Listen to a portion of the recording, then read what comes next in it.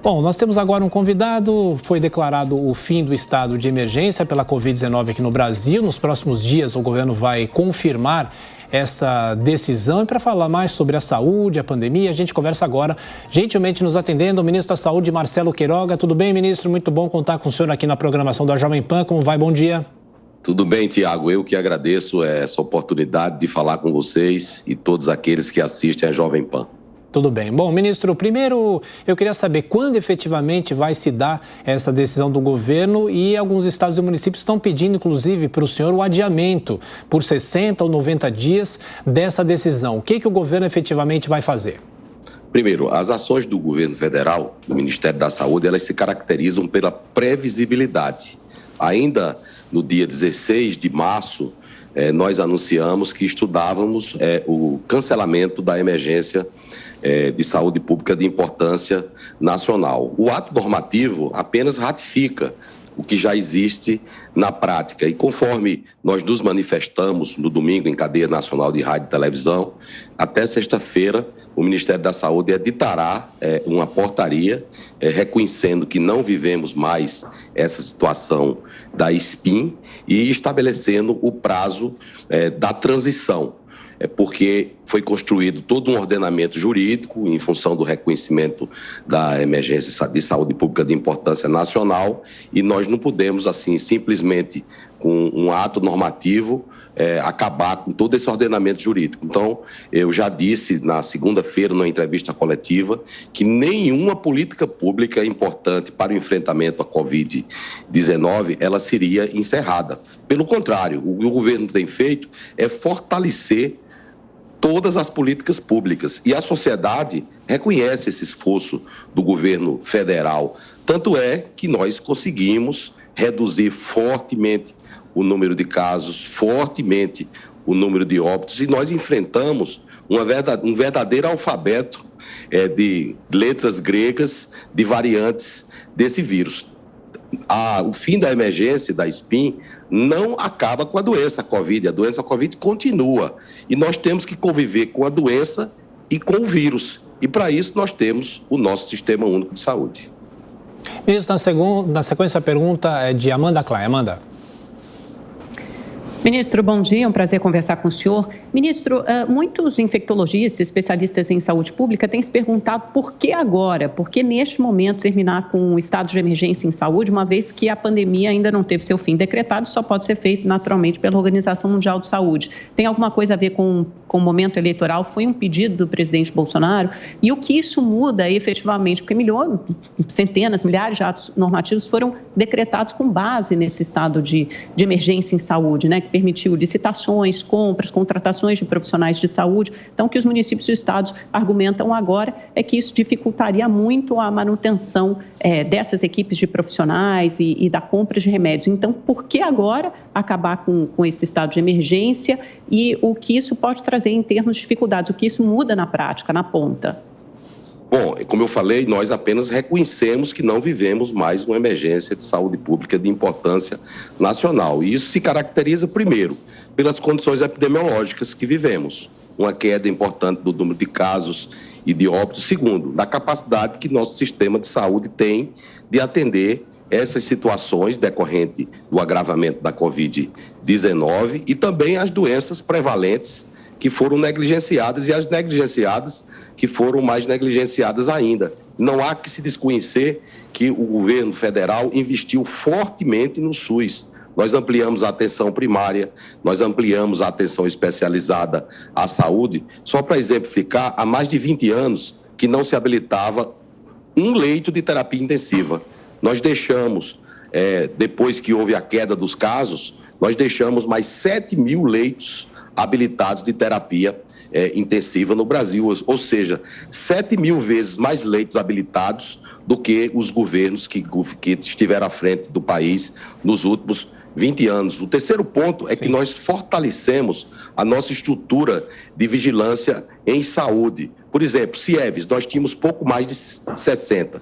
CIEVs são centros de inteligência estratégicos e vigilância em saúde. Hoje nós temos 164. Nós temos hoje LACENS, os laboratórios especializados que podem fazer a vigilância genômica em todos os estados do Brasil. E o terceiro ponto é que temos novas terapias que são eficientes, seja no início da doença, seja quando a doença está instalada em casos com síndromes respiratórias agudas graves. Inclusive, uma delas já incorporada definitivamente no SUS, Sim. que é o baricitinib. Existem estudos que mostram que indivíduos que precisam de oxigênio podem ter a mortalidade reduzida em mais de 30% quando se adiciona esse medicamento ao esquema tradicional com corticoide. Já foi incorporado pelo Ministério da Saúde. As novas terapias antivirais, já há uma sinalização positiva da Conitec para incorporar. Então, nós temos todo um cenário para que, mesmo diante de um aumento de casos que precisem de internação, nós temos condições de atender. Lembrar que a emergência sanitária de saúde pública de importância nacional, ela foi reconhecida sem que nenhum óbito no Brasil decorrente da Covid-19. Naturalmente que eu converso com o presidente da República diariamente sobre esse contexto. Nós vivemos durante mais de 2 anos uma emergência de saúde pública sem precedente e o presidente conversa comigo para saber como é que está a condição epidemiológica do país e o que necessitamos para fortalecer o sistema de saúde. E eu informei ao presidente que nós estávamos diante das condições para suspender a SPIN. Naturalmente que deve haver uma adequação na legislação, claro. Porque também estados e municípios editaram decretos.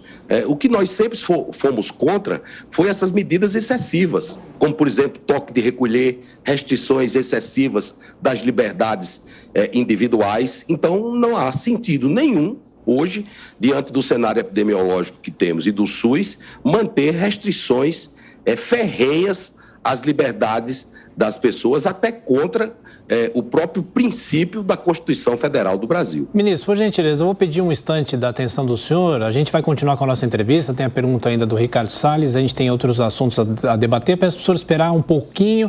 Em 3 minutos a gente volta com a sequência da entrevista do ministro da Saúde, Marcelo Queiroga, em instantes. Obrigado, ministro, até já. Retomando a entrevista com o ministro da Saúde, Marcelo Queiroga. Ministro, obrigado por esperar, por estar aqui conosco na programação da Jovem Pan. A Amanda fez a pergunta anterior, agora a sequência, a pergunta de Ricardo Salles. Salles faz a próxima pergunta. Salles. Queiroga, bom dia. Prazer em vê-lo. Eu queria aqui, primeiro, enaltecer a possibilidade e a sua disponibilidade em nos permitir fazer perguntas. Nós, hoje aqui, há pouco, entrevistamos o secretário de Saúde do Estado de São Paulo, que, infelizmente, não permite aos comentaristas lhes fazer perguntas. Então, eu queria lhe fazer uma pergunta com base naquilo que ele comentou aqui. A impressão que eu tenho sobre essa resistência de secretários de Estado e até municipais, alguns deles, com essa decisão do Ministério em dar por fim à pandemia, é porque eles querem continuar tendo a liberdade de comprar produtos, em especial no caso aqui de São Paulo, o Coronavac, com dispensa de licitação, com uma série de, digamos assim, flexibilidades administrativas e financeiras. E eu queria saber de você se de fato essa minha impressão realmente procede, porque quer me parecer que do ponto de vista médico já há bastante fundamento, mas o receio dessa turma é perder essa janela de oportunidade, entre aspas, que tem para comprar tudo isso de forma mais facilitada. Esse é um dos pontos, essa questão da facilidade da aquisição de insumos. Outro ponto é a contratação de recursos humanos, mas como eu falei, o Sistema Único de Saúde está preparado. E o Ministério da Saúde, Ricardo, durante essa emergência, essa SPIN, o Ministério da Saúde assumiu atribuições que não eram dele. Por exemplo, a questão do oxigênio. O Ministério assegurou o abastecimento de oxigênio, a questão do kit de intubação orotraqueal, as vacinas, todas foram adquiridas pelo governo federal. Só um ponto, se fala nos registros emergenciais. Sabe quantos insumos tem registro emergencial hoje? A vacina, essa vacina de vírus inativado, um anticorpo monoclonal, chamado Sotrovimab, o outro medicamento, que é o Nimatrelvir, Ritonavir, que já tem uma sinalização positiva da Conitec, e um outro anticorpo monoclonal. Ou seja, essas medicações, esses insumos com registro emergencial, eles não interferem de uma maneira forte em relação às políticas necessárias para a Covid-19. Mesmo assim, o Ministério solicitou à Anvisa que mantivesse esse registro emergencial por mais tempo. Essa questão de ficar o tempo inteiro fazendo aquisições fora do processo habitual, naturalmente que não pode ser a regra. E tem que ter um momento que vai finalizar esse ponto. Eu não sei exatamente qual é a motivação do secretário do Estado de São Paulo, né? Recentemente ele falou na questão da cobertura vacinal em Roraima. Eu não sei se isso é da alçada e competência da Secretaria Estadual de Saúde de São Paulo, bem como sobre casos de sarampo. Onde é que temos casos de sarampo? Justamente no estado de São Paulo. E o governo federal tem uma campanha agora com vacinação para a influenza, onde foram investidos 1,2 bilhões de reais, e também em relação ao sarampo. A decisão de suspender a SPIN é do Ministério da Saúde, é do ministro da Saúde. É uma decisão discricionária, mas não é uma decisão solitária. E nós temos dialogado com todos os setores da sociedade civil organizada. Eu, inclusive, visitei o presidente do Senado Federal, o senador Rodrigo Pacheco, da Câmara dos Deputados, o deputado federal Arthur Lira, do presidente do STF, ministro Luiz Fux. Não que eles estejam validando a decisão do Ministério, até porque não é competência desses poderes, é uma competência do Poder Executivo, mas nós dialogamos e tomamos essa decisão com base em dados técnicos. E é preciso, como eu falei, conviver com a Covid, com a doença, e conviver com o vírus. Enfim, o Brasil precisa continuar a sua trajetória. Ministro, acho importante o senhor esclarecer sobre a Coronavac. A Coronavac vai virar uma espécie de vacina infantil, apenas para crianças e adolescentes, e essa decisão compete ao Ministério da Saúde ou a Anvisa fazer análise disso? Bom, primeiro ponto, essa vacina, há um consenso científico de que ela não é própria para o esquema vacinal primário mais, naqueles adultos acima de 18 anos. Nas crianças de 5 a 11 anos e nos adolescentes até 18 anos, ela ainda pode ser empregada para o esquema vacinal primário, mesmo não existindo uma evidência científica forte nesse sentido. Isso foi uma decisão tomada com base em opinião de especialistas. Qual é o motivo desse imunizante, que teve a primeira dose aplicada no Brasil em 19 de janeiro de 2020, até o presente momento não ter logrado o registro definitivo na Anvisa? Hoje se fala na vacância dessa decisão da SPIN entre 30 e 90 dias, que isso é uma decisão que vai ser tomada por mim. Eu pergunto, será que em 30 e 90 dias surgirão evidências científicas suficientes para esse imunizante galgar a condição de um registro definitivo na Anvisa? Então, a Anvisa, ela confere o registro. Quem inclui dentro da política pública é o Ministério da Saúde. Todos viram no final do ano que nós fizemos uma audiência pública para discutir a questão da vacinação. E houve uma reclamação que eu atrapalhei a vacinação das crianças porque fiz uma audiência pública. Eu acho que podiam ter reclamado, viu, Ricardo, se eu tivesse feito uma audiência secreta. Mas como que caracteriza o serviço público é a ampla publicidade, nós fizemos a audiência pública para discutir com a sociedade. E, em vez de atrapalhar, isso facilitou, porque as pessoas ficaram mais conscientes. Deixar bem claro que a política de vacinação, ela é um direito de todos e é um dever do Estado. O Ministério da Saúde continuará a prover essas vacinas como uma política pública importante. Somos contra forçar os indivíduos a tomar vacina. O Brasil é um país onde há uma aceitação muito grande da vacinação e isso facilita. É por isso que nós já temos mais de 70% da população brasileira com esquema vacinal completo e mais de 70 milhões já receberam a dose de reforço. Nós já estamos próximos de ter 1 milhão de brasileiros vacinados com uma segunda dose de reforço. Lembra qual era a narrativa? Não tem vacina, atrasou a compra de vacina. Os fatos sempre desmentem essas narrativas. E é assim que nós chegamos à condição hoje de suspender a SPIN. E fizemos isso com base, como eu já falei, em questões técnicas e na força do sistema de saúde. Amanda?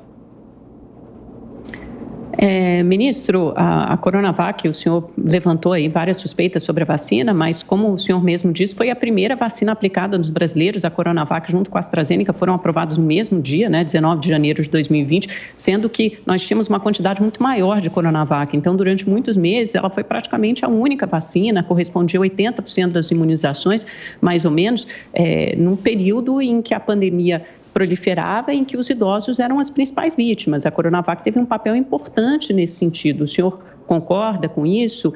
E sobre esse tempo de transição de 30 a 90 dias, qual seria o período mais adequado? O senhor disse que é uma decisão sua, o Ministério propôs 30, os municípios e estados pediram 90. Em quanto tempo deve ficar, afinal de contas, esse tempo de transição, esse período de transição para sair da SBIM?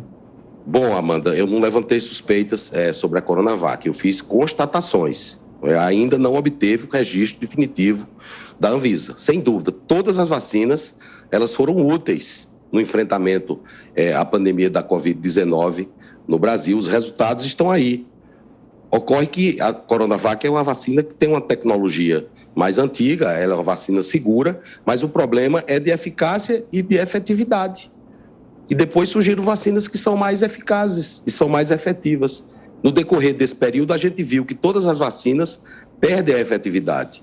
E por isso é necessário o reforço. E em relação à vacinação, isso é um ponto pacífico, e todos concordamos com isso. Quem analisa com base em ciência concorda que esse tipo de vacina, esse tipo de tecnologia, é uma tecnologia que não é mais uma tecnologia de vanguarda no campo das imunizações. A questão da duração, nós vamos brevemente editar essa portaria que está na fase da questão do impacto regulatório. Nós estamos avaliando quais são realmente as medidas que precisam perdurar por mais tempo, mas de antemão entendo que, como já tinha informado que essa questão da SPIN, desde 16 de março nós iríamos encerrar a SPIN, isso foi publicizado, amplamente publicizado.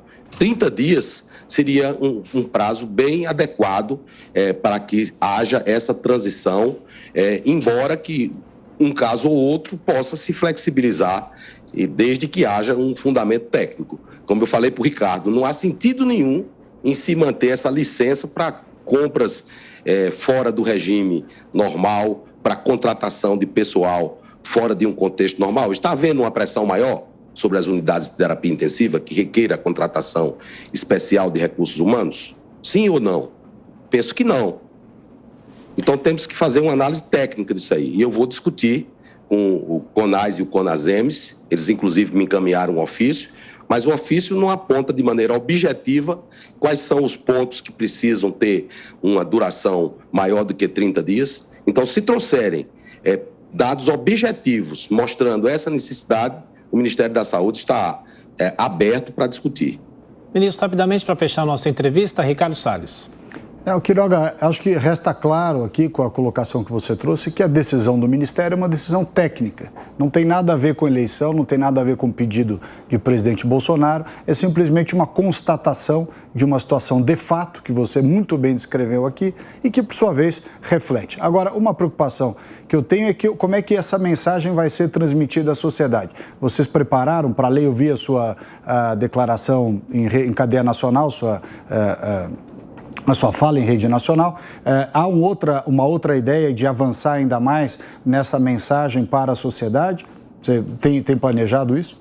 Com certeza, Ricardo. Na segunda-feira, nós já fizemos uma longa entrevista coletiva aqui no Ministério da Saúde, explicando ponto a ponto. Basta prestar atenção no que o Ministério da Saúde diz, o que o ministro e os secretários dizem, que todas as respostas estão ali. Eu falei da previsibilidade. É sendo previsível que a sociedade compreende, né? A questão do encerramento da SPIN, eu pergunto, estão fazendo carnaval? Ok, ministro da Faz Saúde... carnaval durante SPIN? Pois não, a ministro. portaria apenas reconhece o que já há no Brasil. Ok. Ministro da Saúde, Marcelo Queiroga, mais uma vez obrigado pela atenção, pela gentileza de nos atender, um bom dia de trabalho, até a próxima. Eu que agradeço a oportunidade, um abraço a vocês e a todos que nos assistem. Muito obrigado.